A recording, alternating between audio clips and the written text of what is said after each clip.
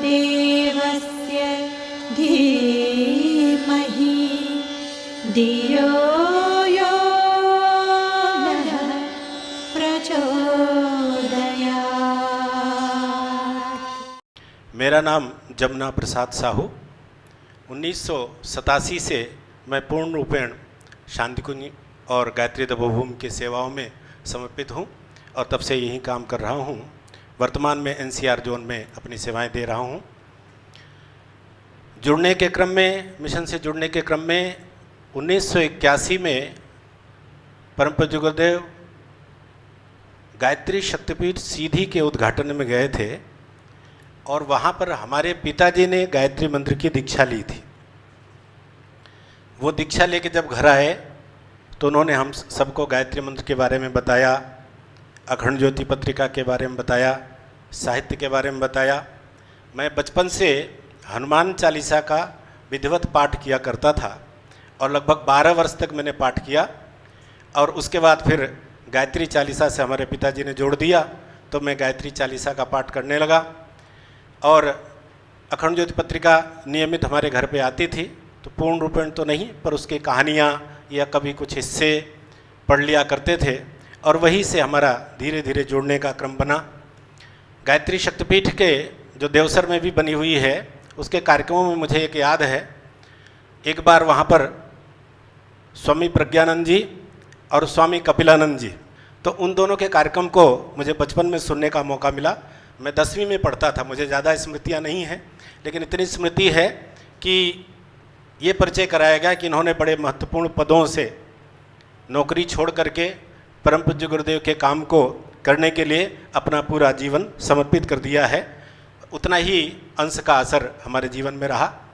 धीरे धीरे गुरुजी के साहित्य से जुड़ते जुड़ते पढ़ाई के साथ ही, पढ़ाई मैंने आधी की थी, थोड़ा बहुत बिजनेस में भी हिस्सा बटाता था, घर में बिजनेस होता था। तो फिर धीरे धीरे मेरी रुचि न पढ़ाई के प्रति रही न बिजनेस व्यापार के प्रति रही। धीरे धीरे मुझे लगने लगा कि ये जीवन तो हम व्यर्थ में गंवा रहे, व्यर्थ के कामों में लगाए हैं।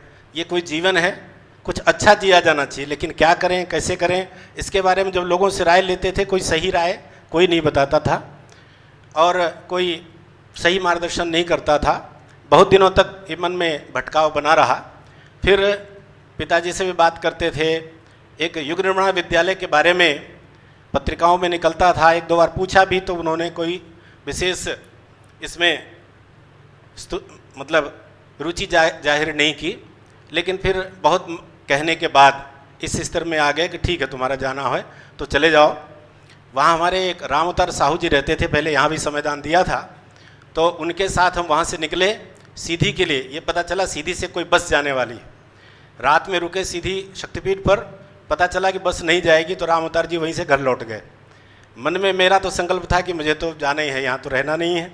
तो मैं अपना सामान उठाया, वहाँ सतना आया, सतना से ट्रेन पकड़ा, दिल्ली की ट्रेन, और कुतुब एक्सप्रेस से मथुरा पहुँच गए। वहाँ जाके बताया कि मैं युग निर्माण विद्यालय में पढ़ने के लिए आया हूँ। तो ये चर्चा का विषय रहा, भाई युग निर्माण विद्यालय तो जुलाई शुरू होता है, इतने दिन पहले कैसे आ गए। हमने कहा हमें पता नहीं था, हम तो चल दिए तो पहुँच गए।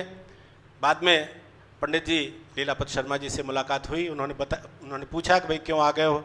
हमने अपने बताया इस तरह से हम आ गए और हम आ गए हैं। अब घर लौटना तो संभव नहीं है, आप कहेंगे तो कुछ सेवा का काम करेंगे, यहाँ पर समयदान करेंगे। उन्होंने कहा ठीक है, कोई बात नहीं, रुक जाओ। मैं वहाँ रुक गया। उसके बाद समय था तो मैं 9 दिवसीय सत्र करने भी यहाँ आया। 9 दिवसीय सत्र करके पुनः गया मथुरा में और वहाँ 1 वर्ष का युग निर्माण विद्यालय का पूरा कोर्स किया। मन में वहीं से स्वाध्याय की प्रवृत्ति जग गई। मन में थोड़ा सा वहाँ भी रह करके भी बहुत अच्छा नहीं लगता था, तो मैं गुरुजी का साहित्य पढ़ा करता था। वहाँ पर लाइब्रेरी में साहित्य उपलब्ध था, एक एक दो दो पुस्तकें पढ़ जाया करता था, छोटी पुस्तकें बड़ी पुस्तकें भी। परम पूज्य गुरुदेव के ज़्यादातर साहित्य का मैंने वहाँ अध्ययन किया। वहीं से मैंने संगीत सीखा, इससे पहले मुझे संगीत का ज्ञान नहीं था। वहीं से मैंने कर्मकांड भी सीखा, उद्बोधन, सब सारी चीज़ें वहीं सीखी। फिर मन में एक संकल्प जगा कि अब हमें शांतिकुंज जा करके अपना जीवन इसी के लिए समर्पित करना चाहिए। लेकिन लोगों से पूछा तो किसी ने इसमें मेरा प्रोत्साहन नहीं दिया। तो मैंने पत्र व्यवहार किया कि मैं शांतिकुंज आना चाहता हूँ। तो यहाँ से मुझे पत्र गया कभी 1 मासिक शिविर में आ जाएं। तो मैंने दोबारा पत्र लिखा तो जुलाई की मुझे स्वीकृति मिल गई। तो मैं मथुरा से यहाँ आ गया। जुलाई 1988 में यहाँ आ गया और 1 महीने का प्रशिक्षण प्राप्त किया, फिर यहीं समयदान में रुक गया और तब से यहीं पर अपनी पूरी सेवाएं दे रहा हूँ। एक मेरा मित्र था राम सजीवन विश्वकर्मा नाम का, उसने कहा चलो हम लोग देवराहा बाबा के दर्शन करने चलते हैं वृंदावन। हम लोगों ने साइकिल किराए से ली और वहाँ से चले गए वृंदावन।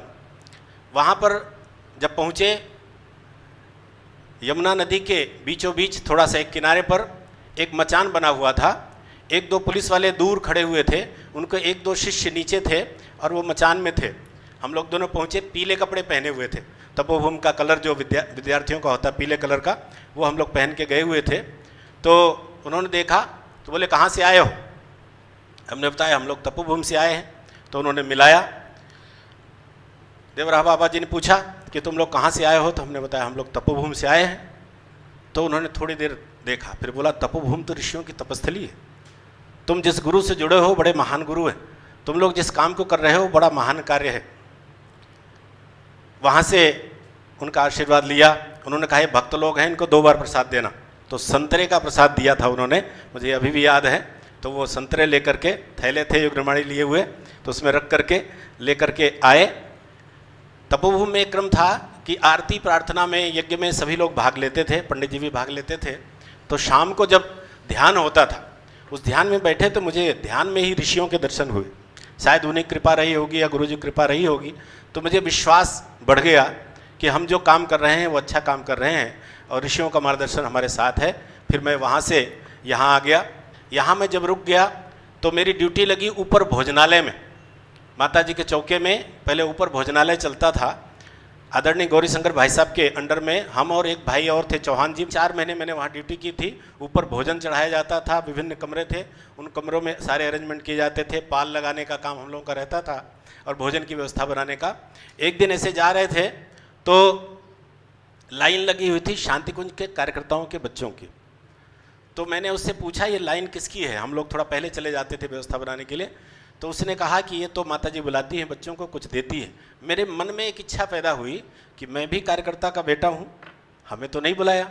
लेकिन मैंने किसी से कहा नहीं, उससे भी नहीं कहा, चुपचाप चले गए। ऊपर जाकर जब अपना काम शुरू कर रहे थे, तब से नीचे जो देवकन्याएँ काम करती थी वहाँ पर उन्होंने आवाज़ दी माता जी बुला रही। तो मैं तो डरते डरते गया, लगता है कुछ गड़बड़ है, किसी ने कोई शिकायत की होगी तो डांट पड़ने वाली है। जब ऐसा करके मैं पहुंचा तो माता जी ने लाइन रोक दी, हम दोनों को बुलाया और प्रसाद जो सबको बांटती थी बच्चों को, और हम लोगों को भी प्रसाद दिया और विदा कर दिया। तो मेरे मन में ये आया कि इसका मतलब कि ये लोग तो अंतर्यामी हैं, सबके मन की बात जान लिया करते हैं। ये ऐसी घटना एक और भी घटी जब 1995 में मैं अमेरिका गया। अश्वमेध यज्ञ शिकागो में हुआ, उसके बाद हम लोगों की टोली कैलिफोर्निया चली गई। वहाँ पर वो 15 अगस्त को जो छुट्टी का दिन होता है, आसपास में रविवार के दिन इंडिया डे परेड निकालते हैं वहाँ पर और एक प्रोग्राम करते हैं इंडिपेंडेंस डे के ऊपर। तो उस मेले में हम लोगों को बुलाया गया। हम लोगों को 1 घंटे संगीत देने का मौका मिला। साहित्य स्टॉल भी लगा हुआ था, तो वहाँ पर संगीत दे दिए और बैठे अन्य लोगों के कार्यक्रम दे रहे थे। वहाँ पर विभिन्न प्रकार के भोजनालय खुले हुए थे, पंजाबी, साउथ इंडियन, गुजराती। चूँकि गुजराती भोजन का अभ्यास नहीं था और जो हमारे कार्यक्रम होते थे या जिनके बीच में रहते सब गुजराती थे, और खाने में सब में दाल में भी मीठा और सब्जी में भी मीठा डलता था, तो बड़ी मुश्किल होती थी खाने की। पर ये माना जाता था कि भाई हम लोग साधना करने आए हैं, जो मिले उसको साधना समझ के ग्रहण कर लेना है। तो उस दिन में मन में इच्छा उठी कि आज तो गुजराती भोजन से मुक्ति मिलनी चाहिए, कोई अच्छा भोजन मिलना चाहिए। एक भाई आए, जमुना भाई चलो भोजन के लिए। मैंने कहा नहीं अभी भूख नहीं लग रही। अरे बोले चलो तो सही। जब वो लेके आए तो वहाँ पर छोले भटूरे रखे हुए थे भोजन के लिए, तो छोले भटूरे हम खुशी खुशी खाए। तब से मन में ये संकल्प जगा कि गुरु की शक्ति हमेशा हमारे साथ चलती है, जहाँ भी समस्याएं आती हैं हमेशा सहारा बनती है। एक ऐसे ही क्रम में मैं यहाँ से 1989 में घर जा रहा था, प्रथम बार आने के बाद कुर्ता और पायजामा पहन के जा रहा था। कानपुर में ट्रेन रुक गई थी और उन्होंने सबको सवारियों को उतार दिया, अब अगली ट्रेन जब तक जाएगी तब तक यहीं स्टेशन में रुकें। मैं ट्रेन से उतर रहा था, एक परिजन आए, उन्होंने कहा जमुना भाई साहब आप तो शांति कुंज से हैं। मैंने कहा हाँ, आपने कब देखा? बोले मैंने शांति कुंज में आपको देखा है। अब ये ट्रेन नहीं जाएगी और आप हमारे साथ चलिए घर। मेरे साथ में डर भी था, पता नहीं कौन आदमी है, क्या करेगा, कितना जानता है कितना नहीं जानता है, मुझे उसके बारे में परिचय नहीं था, डर भी था। लेकिन उसने कहा तो मैं उसके साथ साथ चल दिया। वो रेलवे में ही काम करता था और मुझे जो लेके गया तो रास्ते में अंधेरा था। मैंने कहा आज जरूर लुटने वाले हैं, फिर भी हमारे कदम रुके नहीं, उसके साथ चलते गए। जब वो अपने घर पे ले गया, उसके घर में गुरुजी माताजी की फ़ोटो देखी, तब मैंने समझ लिया कि हम सही जगह आ गए हैं, अब हमें चिंता करने की ज़रूरत नहीं है।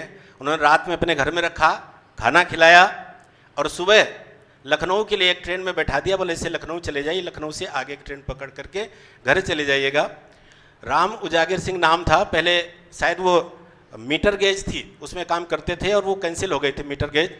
लेकिन महत्वपूर्ण इस घटना में ये था कि गुरुजी हमारी जहाँ भी रहे उस स्थान पे भी, जब हम पीले ड्रेस में भी नहीं थे, हम को कोई वैसे भी नहीं पहचानता था कि गुरुजी के शिष्य हैं या कौन है, ऐसे समय में भी जब हमारी समस्या आई तो गुरुजी ने सहायता की और आगे भी इसी तरह से सहायता करते रहे हैं। गुरुजी से मिलने का मौका मिला, पहले ही आ गए थे। वैसे तो उस समय गुरुजी केवल प्रणाम में ही मिलते थे, कभी दूरदर्शन हो जाया करते थे। टोलियों के क्रम में जब हम टोलियों में जाते थे तब एक बार मौका मिला तो उन्होंने कहा, जब टोली से लौट कर आए तो उन्होंने कहा कि बेटा तुम अच्छे काम में लग गए हो, यही काम करना, हम तुम्हारे जन्म जन्मांतरों को तार देंगे, तुम्हें ऋषि बनाएंगे, संत बनाएंगे, महापुरुष बनाएंगे। ऐसी बातें उन्होंने की, हम सुन के आ गए। हम ये मानते थे गुरुजी अंतर्यामी, इनसे कुछ बात करने की जरूरत ही नहीं है, सब हमारे हृदय की बातें जान लिया करते हैं। जब मैं वो घर जा रहा था, थोड़ा सा मन में आया था कि अब यहाँ का काम बहुत कर लिया, अब घर जाना चाहिए। गौरीशंकर भाई साहब को बताया तो गौरीशंकर भाई साहब ने गुरुजी से मिलाया, बोले चलो गुरुजी से मिलाते हैं। गुरुजी ने कहा बेटा तुम घर जाना हो तो चले जाओ, लेकिन तुम्हें लौट के यहीं आना है, तुमको चिंता करने की जरूरत नहीं, माता पिता तुम्हारे क्या करेंगे, तुम्हारे बिजनेस व्यापार का क्या होगा, उसकी चिंता मत करो, वो सारी व्यवस्था बन जाएगी, तुमको लौट करके यहीं आना है। हम घर में रहे, 1 महीने रहे, 1.5 महीने रहे, फिर मन में वही उच्चाटन शुरू हुआ कि तुम गलत जगह आ गए हो, तुम्हें चलना वही है। तो हम लौट करके आ गए। वहाँ हमारे परिजन थे, उन्होंने कहा तुम यहीं रखो, कार्यक्रम बढ़िया करा लेते हो, यज्ञ भी करा लेते हो, दीप यज्ञ भी करा लेते हो, प्रवचन भी कर लेते हो, यहीं रुको। उन्होंने एक पत्र लिखा कि इनको यहीं रुकने दीजिए। तो यहाँ से पत्र गया, नहीं उसको वापस भेज दीजिए। जब वो वापस उनका पत्र आ गया तो बोले भाई अब तो वहाँ का भी आदेश है, आपको जाना ही है।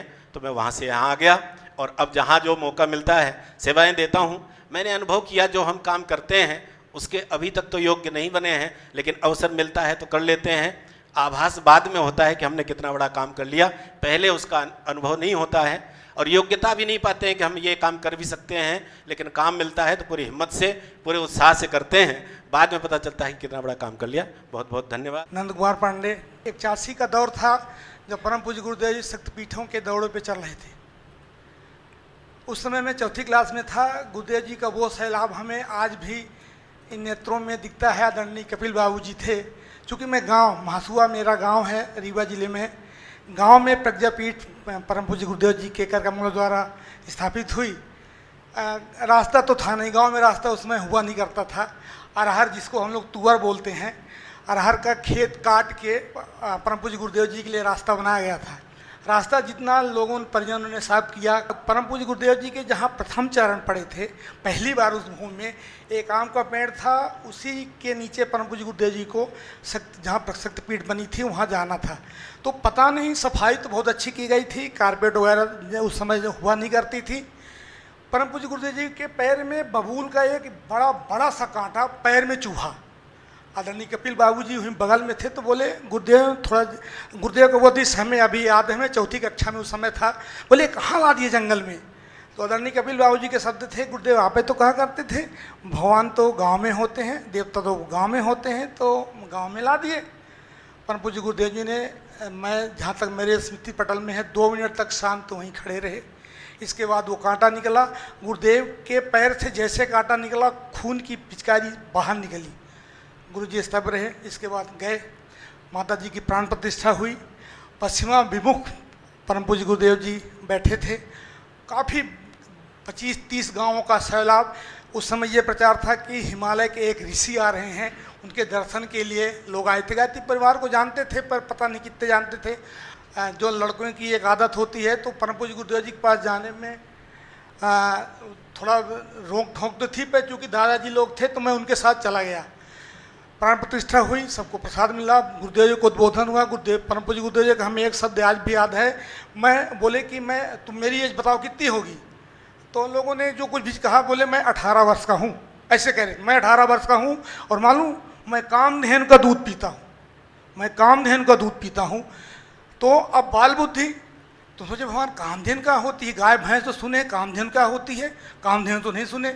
उस समय हिम्मत नहीं पड़ी कि पूछें। दादाजी गए, सब लोग गए जो शक्तिपीठ के निर्माण में थे। परम पूज्य गुरुदेव जी का आशीर्वाद मिला, प्रणाम किया, हम भी साथ साथ में चले गए। तो जैसे परम पूज्य गुरुदेव जी का स्वभाव था, भाई साहब कैसे हैं और घर परिवार में सब ठीक ठाक है ना, हम भी चले गए। तो दादाजी हमारे बोले कि सब तो कृपा है, पर ये हमारा पोता है, ये बहुत चंचल है, ये पढ़ाई लिखाई नहीं करता, अब सारा दिन लड़ाई करता है, गाँव के सब लड़कों को मारता है। तो गुरुदेव का शब्द हमें याद है कि बोले भाई साहब इसकी तो आप छोड़ दीजिए, ये तो हमारा बेटा है, ये तो हमारा काम करेगा, ये जो करता है इसको करने दीजिए, आप इसके बारे में कुछ मत चिंता करिए। खैर बात आई गई, पढ़ाई हो गई। उस समय मैं सन80 की बात बता रहा हूँ, जो हमारे पिताजी पुलिस में थे।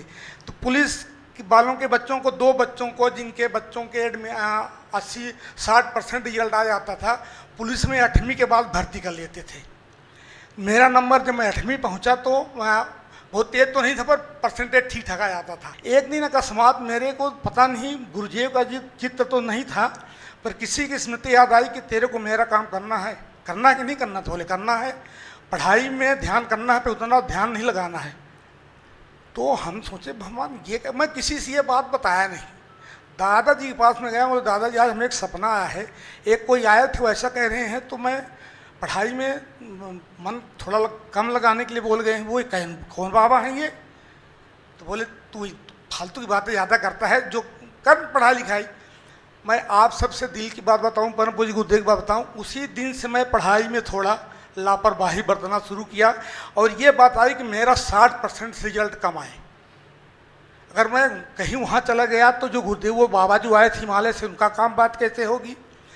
किसी तरह मेरा 47% 8वीं में रिजल्ट आया। पिताजी की बातें पड़ी, जूते भी पड़े, मारपीट, दादाजी की भी बातें आई। वो जो हेडमास्टर साहब थे, दादाजी के मित्र थे, ये बोलो इसको दोबारा पढ़ाओ। हम बोले हम क्लास मिस तो नहीं करेंगे, हमारे सब दोस्त 9वीं में चले गए, हम क्यों पढ़ूँ, मैं 9वीं में ही पढ़ूँगा। खैर पढ़ाई हुई। इसके बाद भी पिताजी चूँकि पुलिस में थे, तो इंदौर में पुलिस ITI थी, वहाँ पुलिस वाले बच्चों का सिलेक्शन होता था, इलेक्ट्रॉनिक्स और रेडियो मैकेनिक का। मैं वहाँ चला गया। उस समय मेरी एज भी बड़ी हो गई, मैं बड़ा भी हो गया। मैं बोलता अब यहाँ के पढ़ाई के बाद फिर पुलिस में जाना पड़ेगा। कुछ ऐसा हुआ, उसमें भी भगवान की कृपा ऐसी मिली, मैं फेल हो गया ITI में। ITI में फेल हुआ, फिर बोले ये लड़का आपको बर्बाद हो गया, ये कुछ ना करेगा, पढ़ाई लिखाई इसकी ऐसा है। अब बोले तू क्या करेगा? तो हम बोले अब हम वहाँ अपने रीवा में चलेंगे, कॉलेज में एडमिशन करा दूँगा, वहाँ पढ़ाई करूँगा। मैं एक घटना जो बताना चाहता हूँ, सन 81 से गुरुदेव जी से मिलने के बाद दीप यज्ञ और यज्ञ कराने के लिए हम ही वहाँ पंडित हुआ करते थे। बाकी सब ठाकुर लोग की बस्ती थी, तो वो लोग बोलते थे ये नंद कुमार ठीक है, इसको ले चले, तो हमें ये सब सिखा दिए। मेन बात आपको अपना ध्यान आकर्षित करना चाहता हूँ, मेरे छोटे भाई की शादी हुई। उसके मामा ने शादी के बाद उसको अपने घर बुलाया और उसको 20 लाख रुपए का डकैती का इल्ज़ाम लगा दिए। उस समय मध्य प्रदेश के विधानसभा अध्यक्ष श्रीनिवास तिवारी जी हुआ करते थे। अब बड़ी प्रतिष्ठा का सवाल, एक तो नई बहू, हमारे भैया भी जो हमसे छोटे हैं वो पुलिस में थे, जो अपनी बात हम बता गए, वो इसी के स्थान पर उनका सिलेक्शन हुआ। तो उनके जाने का भी डर था, और ये कि अब बहू जेल में जाएगी। हमको गांव में नंदू कहा था, तो बोले नंदू, हम उनसे जाके सारी बात बताएं, दाऊ साहब ऐसा ऐसा हो गया है, अर्जुन की पत्नी को तो रिपोर्ट करवा दिए, कल जेल जाना, उसको 26 जनवरी की बात है। तो वो कुछ देर सोचते रहे, फिर बोले नंदू एक काम करो। क्या करोगे? अब हम बोले दाऊ जी बताओ क्या करें। बोले कुछ नहीं करना, तुम ऐसा करो कि तुम 6 बजे आ सकते पीठ आओ, मैं अपने यहाँ से आता हूँ, तुम यहाँ आओ। चले गए सरल भाव में, घर में किसी को नहीं बताए। बोले चलो जाप, रात भर जाप कर लोगे ना? तो बोले जाप कैसा जाप? बोले गायत्री मंत्र का जाप रात भर करना है, हम दोनों करते हैं, कर लोगे ना? बोले कर लेंगे। बोले गुरुदेव संबंधित करेंगे। हम दोनों बैठ के रात भर अखंड दीपक जला के गायत्री मंत्र का जाप करते रहे। सुबह 8 बजे 26 जनवरी थी, बहू को जेल जाना था। शिव प्रसाद एसपी सिंह दाऊ भी बोले कि हम भी तुम्हारे साथ चलेंगे। एक थैला पीला वाला गुरुदेव का था, एक अखंड ज्योति थी, यही फोटो परम पूज्य गुरुदेव जी की बनी थी। जब लेके पहुँचे उनके श्रीनिवास तिवारी जी के पास हम लोग पहुँचे तो बोले कि तुम लोग तू उसी पूर्णिमा के लिए आया है ना, काम के लिए? ये कौन है? तुम बोले हमारे गांव के दाऊ साहब हैं। बोले ये व्यक्ति कौन है? गुरुदेव की यही फोटो लगी थी। बोले ये व्यक्ति कौन है?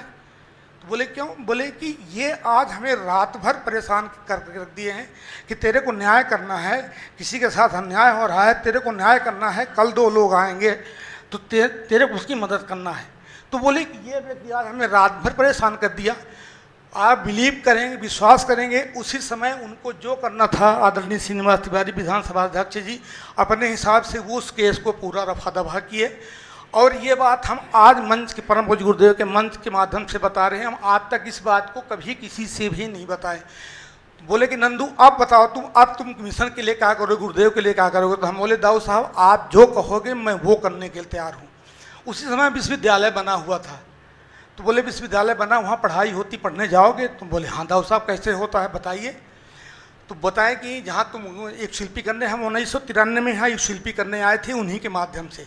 बोले शक्ति जहाँ शांत कुंज गए थे ना उसके कुछ दूर में विश्वविद्यालय बना है, वहाँ पढ़ाई करोगे? बोले कर लेंगे। तो यहाँ सर्टिफिकेट कोर्स में अपने एक भतीजे और हमको लेके वो आए, यहाँ एडमिशन फार्म वार्म भरा, परीक्षा उच्छा है, जो हुआ सो हुआ, एडमिशन हो गया, पढ़ाई लिखाई हुई। उसके बाद मैं कोरबा शक्तिपीठ चला गया इंटर्नशिप में, वो भी अद्भुत हुआ। मेरे को भेज रहे थे बिहार, पटना इंटर्नशिप में। तो बिहार का नाम हम पहली बार सुने थे, ये सुने थे कि वहाँ बहुत परेशानी होती है। तो मैं बोला मैं बिहार तो नहीं जाऊँगा, मैं कोरबा चला गया। मैं वहाँ की एक घटना आप सबको बताना चाहूँगा। छत्तीसगढ़ के राणा जी थे, हम 3 लोग, हम राणा जी, नेबू भाई साहब, एक और कोई थे, एक चालक, गाड़ी लेके गए प्रचार सार के लिए। 108 कुंडी यज्ञ था भदनपुर या कि मदनपुर कोई ऐसा है, भीहड़ जंगल का इलाका। वहाँ रात को हम लोगों की गाड़ी फंस गई। एक नाला था, उसके पहले एक गाड़ी कोई निकली और इसके जस्ट पीछे हमारी गाड़ी निकली, वो गाड़ी फंस गई और फंसते फंसते उसकी पूरी चेचिस नीचे दब गई। अब सब लोग घबराए, बोले पूरा भालुओं का इलाका, जंगली, ये आज मौत निश्चित है। सबने अपने तरफ से प्रयास किया, हम भी साथ में थे। तो हालांकि उन्होंने मजाक ही किया कि यार पांडे जी भाई साहब शांत कुंज से आए हैं, हम लोगों को क्या चिंता है, ये हैं, सब काम हो जाएगा, गाड़ी अभी स्टार्ट हो जाएगी। मेरी मन में बाल बुद्धि मेरे मन में आया कि यार ये गुरुदेव, ये लोग कैसे गुरुदेव के शिष्य हैं, गुरुदेव को चैलेंज कर रहे हैं, गुरुदेव की शक्ति पे इनको नहीं है। बोले पांडे जी गाड़ी स्टार्ट करिए, आप तो शांत कुंज से आए हैं। थोड़ा उनको लगा कि हमें ये हास्यास्पद बात कर रहे हैं। तो हम बोले अच्छा ठीक है, ऐसी बात है तो गाड़ी तो स्टार्ट होगी, आइए बैठिए। सब लोग बैठते हैं। 5 बार गायत्री महामंत्र, 3 बार महामृत्युंजय मंत्र। ड्राइवर से बोले हमें चाबी दो, चलो बताओ ये कैसे स्टार्ट होती है। हम कभी गाड़ी चलाना जानते नहीं थे। उस ड्राइवर ने हमको सीट पे बैठाया, बोले ऐसे करो, गाड़ी ऐसे घुमा देना तो गाड़ी स्टार्ट हो जाएगी, और ये क्लच है इसको ऐसा ढीला कर दो तो ये गाड़ी स्टार्ट हो जाएगी। हम बोले ठीक, क्या करना है? बोले इसमें पैर रखना तो ये आगे बढ़ेगी। तो वो सोचिए क्या करें, ऐसे पूछ रहा, बता दिए। हम गए, जैसे उसने बताया हम वैसे किए। पता नहीं क्या हुआ, गाड़ी में चाबी लगाए और जैसे जैसे उसने किया वैसे हम किए। गाड़ी यहाँ से एकदम जंप करके कूद के सीधे वहाँ 10 हाथ पहुँची और मैं वहाँ भड़ अब क्या हो गया। वो सब दौड़ के गए, बोले कैसे कैसे पढ़ने थे। मैंने तो ठीक है, ये गाड़ी कैसे स्टार्ट हो गई। हम बोले आप लोग भाई साहब, मैं भी फिर जब गाड़ी स्टार्ट हो गई तो हम बोले आप गुरुदेव के साथ आप जुड़े हुए, मैं तो पहली बार यहाँ आया हूँ, आप गुरुदेव के सत्य पे भरोसा नहीं। आप लोग कह रहे थे पांडे जी भाई साहब चलाएंगे। गाड़ी देखिए कहाँ, जहाँ गाड़ी पूरी चेचिस सही उस नाले में धंस गई थी, वो गाड़ी 10 हाथ दूर पहुँची। गाड़ी स्टार्ट, सब लोग बैठ के आए। नेमू राम जी और राणा जी भाई साहब तुरंत शांत कुंज व्यवस्थापक मुख्य कार्यालय को फ़ोन किए कि आज ऐसी ऐसी घटना घटी है। एक विश्वविद्यालय से इंटर्नशिप में एक बालक आए थे, हम लोगों ने उनसे मजाक में किया, पर उन्होंने हम लोगों के सामने बोले कि तुम लोग गुरुदेव को चैलेंज कर रहे हैं, गुरुदेव की शक्ति पहचानते नहीं, पता नहीं कुछ कॉन्फिडेंस के साथ बोले। तो एक घटना ये हमें मानस पटल में आज भी है। एक घटना ऐसे और हम आपको बताना चाहेंगे जो आजकल अब यहाँ नहीं, उमाकांत महाराज जी जिनको सब जानते हैं, उनकी धर्मपत्नी बीमार थी। हम लोग विश्वविद्यालय से 4-5 बच्चों को ब्लड के लिए ले गए थे। तो रास्ते में जा रहे थे, जो आदरणीय चीना भैया की गाड़ी हरीश जी चलाते हैं, तो मेरठ के आगे पता नहीं स्थान नहीं याद है कहाँ ऐसे जा रहे थे। तो पता नहीं कहाँ से अचानक से एक लड़की एकदम गाड़ी के सामने आ गई और वो फिल्म स्टाइल में हरीश जी की गाड़ी, वो एम्बेसडर एक गई थी वाइट की, हमको याद है, ठोकर लगा, वो गाड़ी, वो लड़की उछल के करीबन 20 फीट ऊपर गई और आगे बोनट में टकराई और नीचे गिरी। अब वहाँ चौराहा था, भीड़ टूट पड़ी। आप बोले, वो एक बिहार के एक भाई साहब थे, पहले मेडिकल को देखा करते थे, वो हम लोगों को ले गए थे। बोले अब मार पड़ी, ड्राइवर को। उस लड़की की ओर किसी का ध्यान नहीं गया। सामने हमको एक डिस्पेंसरी दिखी, पता नहीं मेरे दिमाग में कहा, मैं सीधे उतरा, बोले दूर हटो सब, ये हमारे परिजन है। मैं उस लड़की को गोद में उठाया, सीधे ले जाकर डिस्पेंसरी में रखा।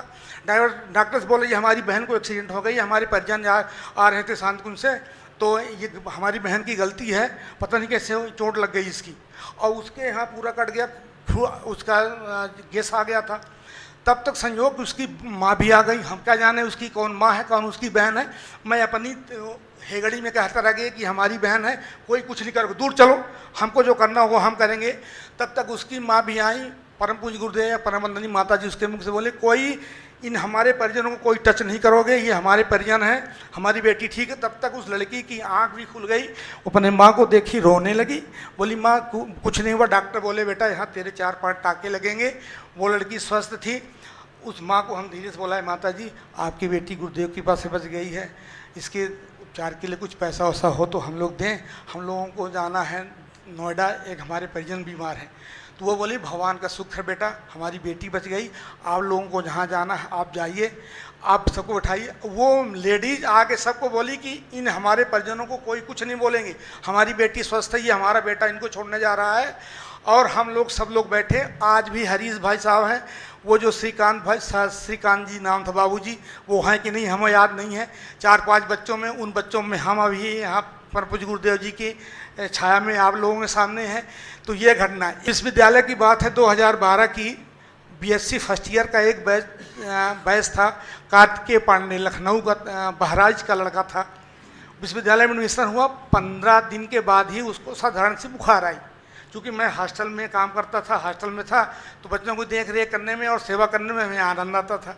बच्चा बीमार पड़ा, मैं उसको आदरणीय डॉक्टर गायत्री दीदी के पास लेके आया। उन्होंने देखा, बोला इसको नाभा बुखार है, दवा ववा दे दी। दूसरे दिन बच्चा फिर बीमार पड़ा, उसको लेके आए तो देखे तो बोले कि इसकी प्लेटनेस यार कुछ कम है, इसको जोली ग्रांट्स ले जाओ। उन्होंने सीधे, उस समय डेंगू का बड़ा प्रकोप चल रहा था 2012 में, उन्होंने वहाँ से रेफ़र कर दिया। मैं उसको लेके वहाँ गया, उसको दिखाया खाया और 2 बच्चों को छोड़ के मैं चला आया अपने यहाँ। आया 12 बजे उनका फ़ोन आया कि सर कार्तिकेय की तबीयत बहुत ख़राब हो गई है, इसको ब्लड चाहिए। तो हम बोले बता दो यार, अभी 15 दिन पहले तो हम लोग 100 यूनिट उनको ब्लड दे दिए, हमारे बच्चे को दे दें, जितना उनको ब्लड चाहिए हम दे देंगे। बोले वो नहीं मानने, बोले हमारी बात कराओ ब्लड बैंक से। तो बोले कि हम प्रणाम उनसे किए। बोले भाई साहब हम शांतकुंज हरिद्वार से देव संस्कृत विद्यालय से बोल रहे हैं, हमारा बच्चा आपके यहाँ एडमिट है, उसको ब्लड की ज़रूरत डॉक्टर बता रहे हैं, आप ब्लड दे देते तो बड़ी आपकी कृपा होती है, हम आपको जितना यूनिट चाहिए बताइए, हम वहीं और दे देंगे। अभी 100 यूनिट तो हम आपको दिए हैं, 15 दिन पहले कैंप लगा था। तो वो बोले अच्छा ठीक है, वो दिए। हम 10 लड़कों को लेके साथ में गए, बोले सर जितना आपको चाहिए ब्लड आप ले लीजिए। खैर वो ब्लड लोड जितना उनको लेना था लिए। बच्चे की मैं बात को थोड़ा जल्दी मिलूँगा, उस बच्चे की तबीयत फिर रात को 12 बजे ख़राब हुई, इतनी भयंकर ख़राब हो गई कि डॉक्टर बोले कि इसको उसमें ले जाना है इमरजेंसी वार्ड में, और 25,000 रुपया अभी चाहिए। 5,000 रुपया हमारे पास था, जो बचा था हम वो उसको देख चले आए थे, हमें लगा इतना सीरियस नहीं होगा।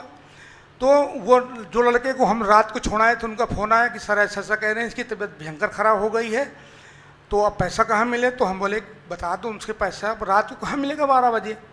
तो बोले नहीं मान नहीं डॉक्टर, तो बोले बात कराओ। वो आदरणीय चिन्मय भैया जी को जानती थी, तो हम उनसे प्रणाम उनाम किए। हम बोले कि मैम लड़का पैसे के कारण कुछ हो जाएगा तो बड़ी दिक्कत हो जाएगी, ऊपर ईश्वर है, धरती में आप हैं, पैसा हम आपको 6 बजे आप जितना कहेंगे उतना ला देंगे, रात को सवारी नहीं आ पा सकते हैं, प्लीज़ बच्चे को पैसे के कारण कुछ हो जाएगा तो उसके माता पिता को विश्वविद्यालय हमारा गायत्री परिवार क्या जवाब देगा।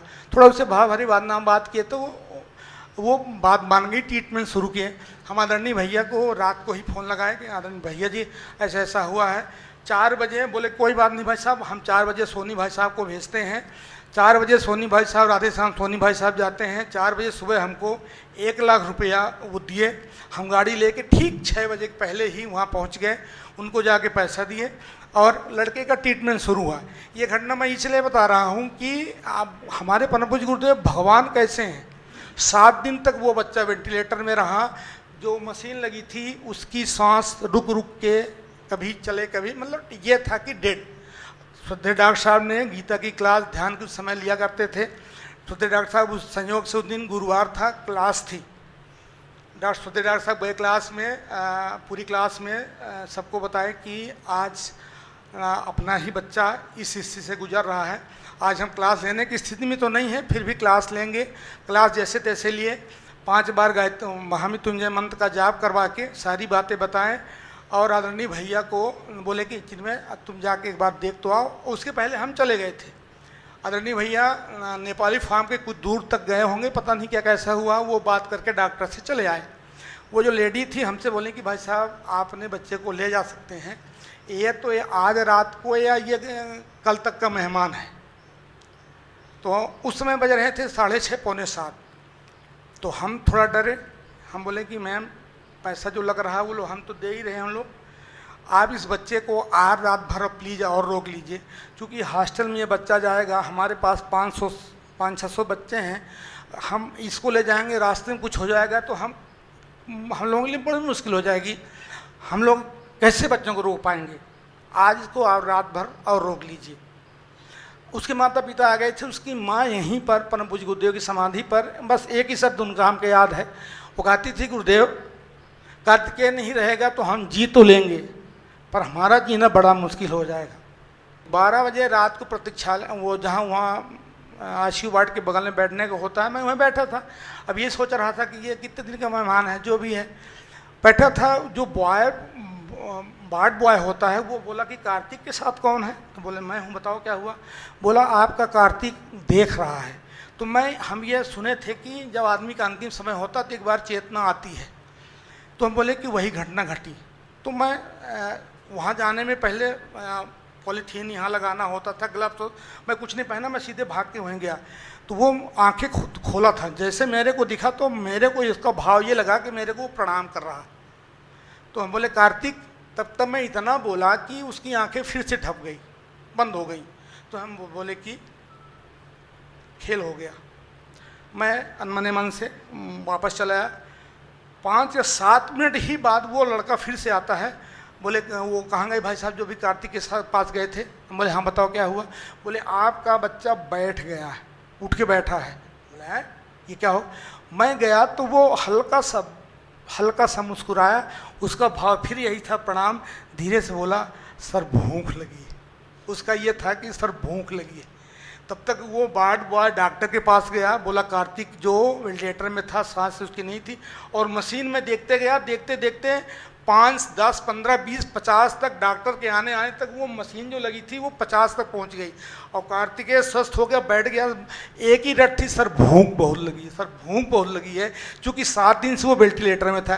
डॉक्टर बोले कि भाई साहब जूस कहाँ मिलेगा। रात को 1:30 बज रहे थे। हम बोले जूस कहाँ मिलेगा मौसमी का। उस समय एक रमाशंकर, एक यहाँ हमारे नेचुरोपैथी में काम करता था, वो पति पत्नी दोनों यहाँ दिन में जूस का ठेला लगाते थे। बोले हम विश्वविद्यालय तक 1 घंटा हमको टाइम दीजिए, हम इसको जूस ला सकते हैं। गाड़ी जूस अपने पास थी, हम गाड़ी लेके आए। यहाँ से जूस रमाशंकर को आके नॉक किए, खटखटाए। रमाशंकर खोला, बोला क्या है सर। हम बोले जूस बनाया। भाई कितना। हम बोले जितना तेरे पास है 2 किलो बना दे फटाफट। उसने जूस बनाया, हम ले जाके पहुँचे। तब तक वो बच्चा ऐसा लगता था कि बिल्कुल वो बीमार ही नहीं है, स्वस्थ हो गया एकदम। सर भूख लगी है। उसको जूस, पहले जूस पिलाएं, उसको एक थोड़ी सी पापड़ दिए और वो खाया। वो बच्चा आज नोएडा, लखनऊ में उसके 5 योग सेंटर चल रहे हैं। उसके बैच के अभी लड़के लड़कियां और भी हैं। तो मैं ये स्मृतियां 2-3 जहाँ भी कहीं जाता हूँ तो सबको खुले दिल से बताता हूँ कि हमारे परम पूज्य गुरुदेव भगवान हैं। ये अवसर हमको मिला अपने आँखों से, अपने कानों से देखने और सुनने का कि मरे को जिंदा कैसे करते हैं। इस बात के बहुत सारे लोग साक्षी प्रमाण हैं और मैं तो अपने आँखों से इस सब को देखा। बस यही सब बातें हम सबको ये प्रेरित करती हैं कि हमारे परम पूज्य गुरुदेव वास्तव में 10-12 साल का रहा हूँ, तब देखा हूँ, आँख से देखा था, उनका स्नेह मिला था। वही प्रेम, वही भाव कैसे खींच लाया, क्या किया, हमें कुछ नहीं पता। आज तक अभी आपके सामने है। बस इन्हीं बातों के साथ यही बता के अपनी बात को समाप्त करता हूँ। सभी को प्रणाम। ओम शांति शांति शांति। जैसा किताब का नाम है सतयुग की वापसी, तो इसमें कोई भविष्यवाणी नहीं की गई है। इस पुस्तक में मुख्य रूप से 3 बातें हैं। एक तो है कि सतयुग क्या है, दूसरा है कि सतयुग क्यों जरूरी है, और तीसरा है कि सतयुग कैसे आएगा। ये 3 बातों की विवेचना इस पुस्तक में की गई है। अब सबसे पहली बात आती है कि सतयुग क्या है। इसको जानने के लिए सत क्या है ये जानना जरूरी है। हम सब आप अध्ययनशील हैं। श्रद्धा में भी सत शब्द है। सतोगुण, रजोगुण, तमोगुण। पावन प्रज्ञा पुराण में वो कथा आती है कि महर्षि याज्ञवल्क्य ने अपनी पत्नी कात्यायनी और मैत्रेयी को जब जितनी संपदा थी दे दिया और सन्यास की ओर जाने लगे, तो कात्यायनी तो संतुष्ट हो गई, लेकिन मैत्रेयी ने कहा कि जब इसको आप छोड़ करके क्यों जा रहे हैं, और अगर आपको छोड़ करके जा रहे हैं तो हमारा क्या भला करेगी। तो याज्ञवल्क्य ने कहा कि ये बताइए कि आपको क्या चाहिए। तो मैत्रेयी ने कहा था, हमको चाहिए असतो माँ सद्गमय, तमसो माँ ज्योतिर्गमय, मृत्योर माँ अमृतम गमय। मतलब हमको सतोगुण चाहिए। इस पुस्तक में कहा गया है कि व्यक्ति के अंदर जब तक श्रद्धा, संवेदना और सेवा, यह भाव उसके अंतराल में नहीं उतरेगा, तब तक उसके अंदर देवत्व का विकास नहीं हो सकता है। जहाँ पर श्रद्धा, संवेदना और सेवा से भरे हुए व्यक्तित्व बढ़ते चले जाएंगे। केवल पदार्थों से सतयुग नहीं आता है। श्रद्धा में भी क्या है, सतधा, सत को धारण करना, प्रेम, करुणा, समता, ममता, उदारता। रामायण में आया है कि त्रेता भई सतयुग की करनी। त्रेता में सतयुग जैसा वातावरण आ गया था। कब? जब भगवान राम थे और उन्होंने राम राज्य की स्थापना की। और हम आप जानते हैं भगवान राम के व्यक्तित्व का जो प्रभाव था, उससे प्रभावित होकर के सारी विषमताएं दूर हो गईं, सब समता का वातावरण बन गया, सब लोग जो हैं श्रद्धा से भर गए। श्रद्धा के अनेक उदाहरण, संवेदना के अनेक उदाहरण हम आप देख सकते हैं। श्रद्धा के बल पर कहते हैं कि भाई रामकृष्ण परमहंस के बारे में कहा जाता है, और भी है। तो जब तक व्यक्ति के अंदर श्रद्धा नहीं पैदा होगी, इस पुस्तक में बहुत अच्छी विवेचना की गई है कि शरीर जो है वो मात्र माध्यम है। शरीर जो भी हरकतें करता है वो दुनिया देखती है, लेकिन अंदर जो कुछ है वो देख पाती है क्या? संचालन कहाँ से हो रहा है? तो सामान्य बात यह है कि जैसा मानस होता है, हम आप वो पुस्तक भी जानते हैं, मना स्थित बदले तो परिस्थिति बदले। मना स्थिति को बदलना पड़ता है और मन के द्वारा जो है हमारा शरीर, हमारे कर्म संचालित होते हैं। तो मन को कौन चलाता है? मन बुद्धि कहा गया है। अब बुद्धि में क्या है? विचार। तो विचार जैसा होगा, चिंतन जैसा होगा, उसी तरह का आकांक्षाएं, उसी तरह की कामनाएं, उसी तरह का हमारा कृत्य, ये सब प्रकट होता है विचार के माध्यम से। लेकिन ये भी कहा गया कि विचार भी अपने आप में स्वतंत्र नहीं है, विचार को भी बदला जा सकता है, विचार भी उतना परिपक्व नहीं है। विचार का संचालन कहाँ से होता है? तो ये कहा गया कि विचार का संचालन अंतःकरण से होता है। अंतःकरण की गहराई में श्रद्धा बैठती है। ये जो राष्ट्र सशक्त समर्थ कैसे बने, उसका एक लेख है, अभी हम लोग पढ़ रहे थे भावी साहब के साथ, सुखवाल जी के साथ, बहुत सुंदर उसमें विवेचना की गई। उसमें कहा गया है कि ये जो विचार है इसको भी बदला जा सकता है। किसके माध्यम से? श्रद्धा के माध्यम से। जैसे मन है तो मन में कुछ आकांक्षा होती है, जिज्ञासा होती है, फिर बुद्धि में उसके तर्क वितर्क चलते हैं, फिर संकल्प जगता है, संकल्प के बाद फिर हम कर्म करते हैं, और जब कर्म करते हैं तो धीरे धीरे धीरे धीरे बार बार जब कर्म करते हैं तो क्या बन जाती है? हमारी आदत बन जाती है। फिर आदत से धीरे धीरे धीरे धीरे हमारा स्वभाव बन जाता है, और स्वभाव से भी गहराई में संस्कार है। इस जीवन का भी है, कुछ पिछले जीवन का भी है, कुछ परिस्थितियों का भी है, तो वो धीरे धीरे संस्कार बन जाता है। और संस्कार से भी गहराई में क्या है? अंतःकरण, जिसमें क्या है? जिसमें हमारी मान्यताएं हैं, हमारी भावनाएं हैं, हमारी आस्था है और हमारी श्रद्धा है, उसी के अंदर संवेदना रहती है।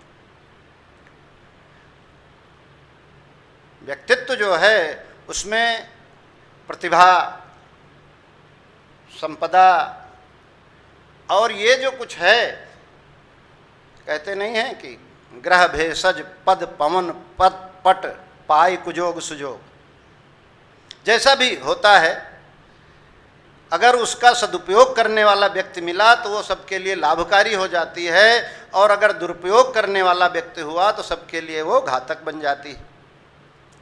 तो इसी तरह से, लेकिन श्रद्धा जहाँ है, श्रद्धा का मतलब श्रद्धा और विश्वास, एक तरफ सतोगुण और उस सतोगुणी आचरण पर दृढ़ विश्वास। देखिए, कोई भी श्रद्धा जो है वो व्यक्तिवादी नहीं है, बिल्कुल। गुण विशेष गुण होत बड़ाई, बिन बड़ गुण बढ़ता सकुचाई। किसी को अगर प्रणाम किया जाता है तो किसी व्यक्ति को प्रणाम नहीं किया जाता है। कभी कभी हम आप भूल बस जानते हैं कि हमको बड़ा प्रणाम कर रहा है, हमको नहीं प्रणाम कर रहा है। हमारे यहाँ शब्द क्या है? नमस्ते। उस ब्रह्म को प्रणाम है, अर्थात ब्रह्म मतलब सतोगुणों का समुच्चय, सद्गुणों का समुच्चय ही ब्रह्म है। और उस सद्गुण के कुछ अंश जब व्यक्ति में दिखते हैं तब उसको व्यक्ति श्रद्धा से प्रणाम करता है, किसी व्यक्ति को प्रणाम नहीं है। और इसीलिए अपने यहाँ प्रचलन में आ गया है, मिलते हैं तो कहते हैं भाई राम राम, जय श्री कृष्ण आदि आदि। इसमें क्या है? श्रद्धा सतोगुणों के प्रति होती है, और वो सतोगुण जो है जितना विकसित होता जाता है। हाँ, श्रद्धा का सीधे साधे लोग दोहन भी करते हैं, श्रद्धा का चालाक लोग सीधे साधे लोगों से दोहन करते हैं, तरह तरह से श्रद्धा का दोहन की बातें आती हैं। लेकिन श्रद्धा तो किसी, जैसे अपने यहाँ ये है मूर्ति पूजा। अब मूर्ति पूजा क्या है? मूर्ति पूजा क्या कि उस पत्थर की पूजा है? नहीं, उस पत्थर की पूजा नहीं है। कोई ये नहीं कहता है कि ये पत्थर मकराना से निकाला गया और इस पत्थर कटा ने इसको गढ़ा और इस शिल्पकार ने इसको शिल्प किया और उसके बाद लाके स्थापित किया गया, इसलिए इसको प्रणाम है। नहीं, ये नहीं कहता है। नहीं प्रतीक को करत बखाना, पूजक करत ईश गुण गाना। कोई प्रतीक का बखान नहीं करता है, वो तो अपने ब्रह्म को देखता है। भगवान शंकर की मूर्ति लगी है तो उसके सामने क्या कहता है, नमामि समीशाम निर्वाण रूपम विभुम व्यापकम ब्रह्म वेद स्वरूपम निजम निर्गुणम निर्विकल्पम निरीहम चिदाकार माकार वासम भजे हम। किसका गुणगान कर रहा है? वो तो ब्रह्म का गुणगान कर रहा है ना। अगर उसको कोई कहने लगे कि नहीं नहीं ये मूर्ति पूजा जो है ये निरर्थक है, तो निरर्थक है, लेकिन वो मूर्ति की पूजा नहीं है, वो तो उस निराकार ब्रह्म का स्मरण है, उनके सद्गुणों का स्मरण है। इसीलिए देवता पूजे जाते हैं, क्योंकि निरंतर देते रहते हैं। तो जिसके अंदर देने का गुण विकसित हो जाएगा, जिसके अंदर संवेदना विकसित हो जाएगी, जिसके अंदर श्रद्धा विकसित हो जाएगी, तो वो निश्चित रूप से वो वरेण्य होगा, निश्चित रूप से वो पूजनीय होगा। यह भाव जो है ये श्रद्धा का है। गुरुदेव ने एक वाक्य में कह दिया, मानव में देवत्व का जागरण, मनुष्य के अंदर देवत्व पैदा हो जाए। जैसे देवता कहे जाते हैं तो अनेक तरह के देवता हैं।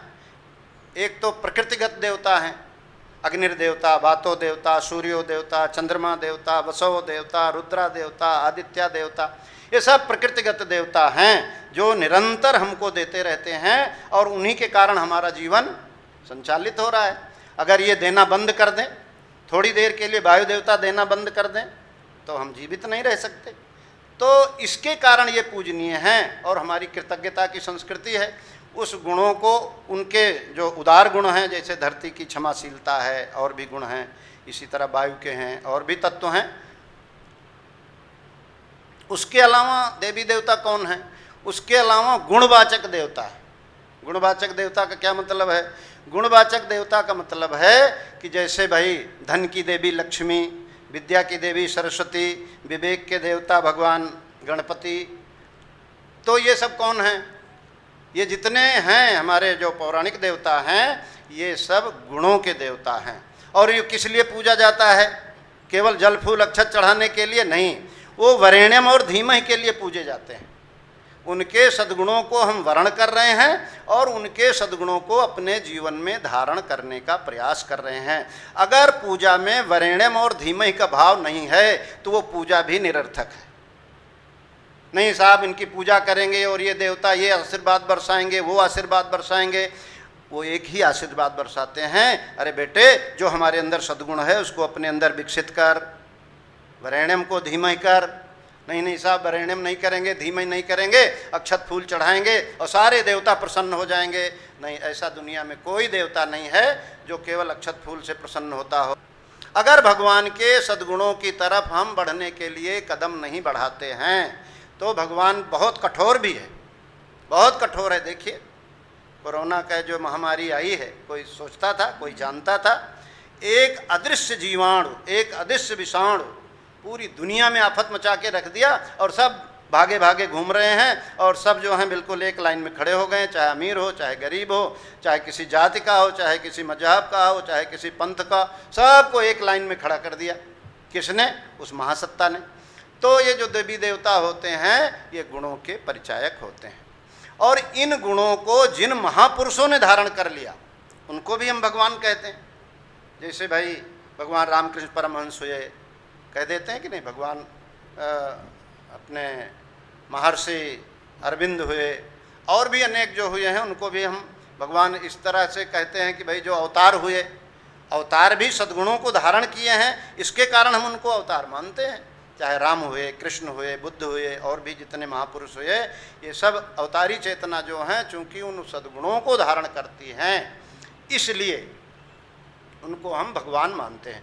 मतलब ये पूरा जो तंत्र है अध्यात्म का, वो पूरा तंत्र जो है वो गायत्री के ही चारों तरफ घूमता है। अगर हमारे जीवन में सद्गुणों का वरेण्यम नहीं है और अगर हमारे जीवन में भर्गो देवस्य का मतलब देवी गुणों को धीमहि नहीं किए हैं और प्रचोदयात नहीं किए हैं, उसको जन जन तक पहुंचाने के लिए प्रयास नहीं किए हैं, तो फिर क्या है?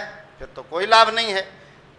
तो निवेदन क्या है कि गायत्री की साधना भी जो है वो मात्र केवल शब्दों का जाल नहीं है, उसके अंदर भाव, भाव सत्य सोई सत्य कहाई, और सत्य जानेऊ नहीं भाई। सतोगुण कहाँ रहता है? भावना में रहता है। अगर हमारा भाव सही नहीं है, भगवान क्या देखता है? नहीं साहब, संस्कृत में पढ़ेंगे तो बहुत खुश हो जाएगा, और अंग्रेजी से तो उसका कोई मतलब ही नहीं है, और हिंदी तो वो जानता ही नहीं है, उर्दू तो दूर दूर से भगवान नहीं जानता, केवल अल्लाह मियाँ जानते हैं। नहीं नहीं, ऐसा कुछ नहीं। भगवान के यहाँ केवल एक भाषा है, किस भाव से हम क्या कर रहे हैं। अभी हम लोग पढ़ रहे थे इसी कौन वो राष्ट्र सशक्त समर्थ कैसे बने 1.34 नया जो संस्करण भी आया, पहले वाले में था 1.44 पर था, आप उसको ज़रूर पढ़िएगा। तो वही बात है जो सतयुग की वापसी में है, लगभग वही सारी बातें। उसमें कहा गया है कि यदि व्यक्ति अंदर से नास्तिक है तो अनेक उपदेश देने के बावजूद भी उसकी जो बुद्धि है वो अपने लिए वही भाव पैदा करती रहेगी जैसा कि उसके अंतःकरण में बसा हुआ है। उपदेश देना सबसे सरल काम है, आ गए बड़ी बड़ी लच्छेदार बातें कर दिया और चले गए, लेकिन बाकी समय में जब हम उपदेश नहीं दे रहे होते हैं, उस समय हमारा व्यक्तित्व क्या है? उस समय क्या भगवान उस समय नहीं देख रहा है? क्या उस समय भगवान जो है वो आंखें मूंद लिया है हमारी तरफ से? नहीं, वो तो सर्वव्यापी है, वो तो सर्वज्ञ है, वो तो सर्वसमर्थ है, वो तो न्यायकारी है। अगर भगवान ऐसा है और इस बात पर हमारा दृढ़ विश्वास है तो हम आस्तिक हैं। और केवल प्रवचन करने के लिए अगर हमारा विश्वास है तो जिस समय हो सकता है हम ये बातें कह रहे हैं उस समय आस्तिक भी हों, लेकिन वो नास्तिक होते देर नहीं लगेगी, क्योंकि अंतःकरण में भाव क्या बैठा हुआ है, आस्थाएं क्या बैठी। अनेक उदाहरण इस पुस्तक में गुरुदेव ने दिया है, अनेक उदाहरण दिया है। जैसे ये इस पर है शिक्षा के बारे में कि शिक्षा का बहुत विस्तार है, तमाम जगह देखिए, राजनीति शास्त्र है, अर्थशास्त्र है, और भी तमाम बायोलॉजी है, मैथ है, ये है, वो है, कितना शिक्षा का विस्तार हुआ है और तमाम लोग पढ़ भी रहे हैं। और इसी समय में ऐसे भी क्षेत्र हैं जहाँ पर 40 विद्यार्थियों पर एक शिक्षक होना चाहिए, 4 शिक्षक काम कर रहे हैं तो कम से कम 150 विद्यार्थी होने चाहिए, लेकिन उन विद्यालयों में वास्तव में देखा जाए तो 20-30, ये गवर्नमेंट के कुछ स्कूल ऐसे होते हैं, तो वास्तव में देखा जाए 20-30 जो बच्चे हैं, 40 बच्चे इतने तो पढ़ रहे हैं, लेकिन बाकी फर्जी नाम और उनके फर्जी सब वो अटेंडेंस होती रहती है। और उसके बाद वे क्या है, शिक्षा के प्रति उदासीनता अगर रहेगी तो जब तक ये उदासीनता अंतःकरण में बसी रहेगी तब तक उस क्षेत्र में शिक्षा का विस्तार नहीं किया जा सकता है। तो निवेदन क्या है? आस्था, आस्थाएं जहाँ बैठी रहेंगी उसके अनुसार ही व्यक्ति आचरण करता है, उसके अनुसार ही व्यक्ति की इच्छाएं जगती हैं, उसके अनुसार ही व्यक्ति जो है वो अपने जीवन जीता है और उसी के अनुसार अपना सारा सरंजाम जुटाता रहता है। आवश्यकता किस बात की है? अपनी आस्था को पवित्र करने की, अपनी आस्था को संवेदनशील बनाने की, अपनी आस्था को सतोगुणी बनाने की। अब वो आस्था बनाने के लिए अनेक उपाय हैं, चाहे वो साधना हो, चाहे वो स्वाध्याय हो, चाहे वो सेवा के कार्य हों, चाहे और भी कोई कार्य हों जिससे समाज में सत्प्रवृत्तियाँ बढ़ती हों, तो उनको अगर अपने जीवन में उतारेंगे तो निश्चित रूप से दुनिया के लिए पता नहीं, लेकिन अपने लिए सतोगुणी वातावरण आ जाएगा, सतयुग आ जाएगा। और दुनिया में अगर इनकी संख्या बढ़ती हुई चली जाएगी तो युग निर्माण कैसे होगा? व्यक्ति के निर्माण से। व्यक्ति का निर्माण का क्या मतलब है? व्यक्ति का निर्माण का मतलब व्यक्तित्व का निर्माण है। अगर अच्छे व्यक्तित्व वालों की संख्या बढ़ती चली जाएगी तो निश्चित रूप से ये समाज, ये संसार, ये देश, ये राष्ट्र, ये परिवार, व्यक्ति सब अच्छा बनता हुआ चला जाएगा। और इसके लिए हम लोग गुरुदेव के आशीर्वाद से इसी कार्य में सब लगे हुए हैं। अपने जीवन में पहले प्रकट हो और उसके बाद फिर आगे बढ़ता है। तो हम अपने भाव को पवित्र करने की कोशिश करें, क्योंकि भाव सत्य सोई सत्य कहाई। बस और भी बहुत बातें इस पुस्तक में हैं, है तो बहुत छोटी ही, और इस पर जितना चिंतन किया जाए उतना अच्छा है। इसी बातों से अपनी बात को विराम देते हैं। हम जब आए थे तो गुरुदेव ने एक बात कही थी कि बेटा गरीबी हमारी शान है। यहाँ नारे लगाए थे गरीबी हटाओ, तो किसी ने आके गुरुदेव से कहा था, बोले गरीबी हटाना क्या जरूरी है, गरीबी तो अच्छी, वो थोड़े में संतोष करता है। कबीर के रूप में उन्हें लिखा था, मन लाखों मेरा यार फकीरी में, मेरा तो मन लग गया इसमें, मैं तो आनंद से रहता हूँ। सब मुझे अपना मानते हैं। कबीर साहब हो गए थे, जो चाहते वो साधना जाते थे। तो कहते मन लागो मेरो यार फकीरी में, वो तो गरीबी से भी आगे फकीरी की बात कर रहे हैं। तो ये कहते बेटा फिर गरीबी हमारे लिए शान क्यों है? उसका कारण ये है कि गरीबी को लोग निष्क्रियता का प्रमाण मानते हैं। उनमें क्षमता नहीं है, उनमें योग्यता नहीं है, उनमें बुद्धि नहीं है, उनमें कौशल नहीं है, इसलिए गरीब है। लेकिन हम में तो सब है, हमारे पास ज्ञान भी है, विज्ञान भी है, कौशल भी है, पुरुषार्थ भी है, सब है। तो क्या है? तो हमारे लिए शान इसलिए है कि हमने ब्राह्मण जीवन के नाते औसत भारतीय का वर्ण कर लिया। हमारे पास योग्यता है तो हम ज़्यादा इकट्ठा कर सकते हैं, लेकिन अगर सबके हिस्से में 4-4 रोटियां आती हैं और हम अपने लिए 8 रख लेते हैं तो 4 लोगों की एक रोटी कम करते हैं या किसी को भूखा रखते हैं, ये परोक्ष रूप से। तो हम ये नहीं करते और अपनी मनुष्यता को, अपनी ब्राह्मणत्व को कायम रखने के लिए हमने गरीबी स्वीकार की है, इसलिए हमारी शान है। इसी बात में हमारे वो राव साहब चंद्रवीर सिंह, उन्होंने सुनाया था, जो भी वहाँ पहुँचा उसको यही भाव आ जाता है। वो कहीं हेयर से जाना था तो मदर टेरेसा भी जा रही थी, तो उन्होंने देखा तो उनका बोर्डिंग पास बनवाने में उनने आगे होकर के कर दिया। तब तक वो कॉल होता है, बैठने का कॉल होने का, मदर अब तो बोर्डिंग का कॉल होने वाला है, आप थोड़े में मुझे अध्यात्म के सूत्र बता दीजिए। तो उनने 2 बातें कही। बोले बॉय, अगर तुम चाहते हो कि अध्यात्म तुम्हारे जीवन में आए तो गरीबी को ओढ़ के रखना।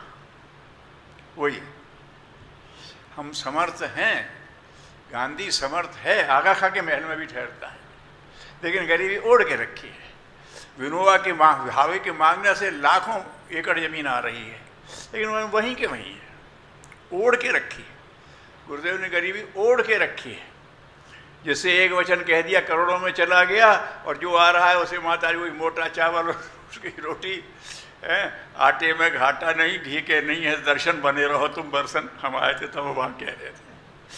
कहने का मतलब तो ये हमारी वो शान है। एक तो उन्होंने ये कहा था कि बेटा अगर अध्यात्म में जाना है तो गरीबी ओढ़ के रखना।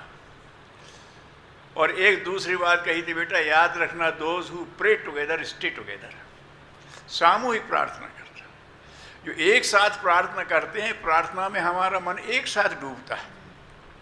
ऐसा मन अलग अलग हैं, मन अलग अलग ही है कि कभी एक तत्व में एक साथ डूबे नहीं। हमने अपना भगवान बना रखा है, आपने अपना भगवान बना रखा है, सब अपने अपने भगवान में, मतलब हमारा व्यक्तिगत हितैषी। लेकिन जब आप सामूहिक प्रार्थना करते हैं तो हम सबका हितैषी, ये भाव आता है तो हम सबके मन एक भाव में डूबते हैं, तो एक रस होके निकलते हैं। तो उन्होंने कहा those who pray together stay together. इसीलिए सत्संग करना, बैठना, चर्चा, इसकी बात कह दी। एक बात और ध्यान आई, बालिका बैरागी की, उसी की बात चल रही थी। आए थे यहाँ और वही प्रसंग कहूँगा।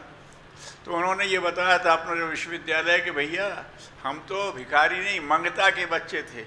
भिखारी के तो अभी साधन होता है, वो कहीं भी कुछ भी मांगता है ऐसा। और लोगों को 400 साल की उम्र में लोग तरह तरह खिलौने देते हैं, हमें तो एक ही खिलौना मिला था, भीख का कटोरा। हम तो वहीं से चले। लेकिन हमारी माँ हमें कहती थी, बेटा भगवान ने तुम्हें मनुष्य बनाया, मनुष्यता की बात ध्यान रखना। गरीबी बुरी बात नहीं है। बोले हमारी माँ ज़्यादा पढ़ी लिखी थोड़ी इतनी हो, पर बिल्कुल शायद ना पढ़ी हो, लेकिन वो कहती देखो बेटा, गरीबी भगवान की बड़ी प्यारी बेटी है, वो हर एक को नहीं सौंपता। क्या बात है, गरीबी भगवान की बहुत प्यारी बेटी है, वो हर किसी को नहीं सौंपता, उसी को सौंपता है जो उसकी इज्जत कर सके, इसकी शान समझ सके। गरीबी हमारी शान है। भगवान ने हमें ये बुद्धि दी है कि सारा सामर्थ्य होते हुए भी हम करें। तो ये बात कही थी, जो गुरुदेव ने बात हम लोगों से कही है, और जो हमारी सबसे बड़ी शक्ति ऊपर वो कहते थे, बेटा बात साधनों की नहीं है, फिर हमारे ब्राह्मण जीवन का क्या हो। हमें जो कुछ मिल रहा है वो ब्राह्मण जीवन के नाते मिल रहा है। यही मंच से आप में से कुछ को याद भी होगा, बेटा ये तो हमारा वैभव का विस्तार देख रहे हो, ये सिर्फ हमारे ब्राह्मण जीवन का करिश्मा है। अभी ऋषि तो बहुत पीछे है, वो तो युग निर्माण के उसमें लगा है, लेकिन ये जो मथुरा से लेके यहाँ तक मेरा वैभव देख रहे हो, ये मेरे ब्राह्मण जीवन का प्रताप है। लोगों को पता है कि आचार्य जी को देने वाले हो, उसका एक एक पैसा सार्थक होगा, परमार्थ में लगेगा, इस विश्वास के नाते आता है, ब्राह्मण जीवन के नाते। तो ये ब्राह्मण जीवन की बात कही थी, गरीबी की शान की बात कही थी। भगवान की बड़ी प्यारी बेटी है, जो उसको प्यार करता है वो उसको भगवान का प्यार मिल जाता है। ओम श्री। YouTube चैनल शांति कुंज वीडियो गायत्री परिवार को सब्सक्राइब करें एवं बेल आइकन जरूर दबाएं ताकि गायत्री परिवार की विभिन्न गतिविधियों की जानकारी आपको मिलती रहे।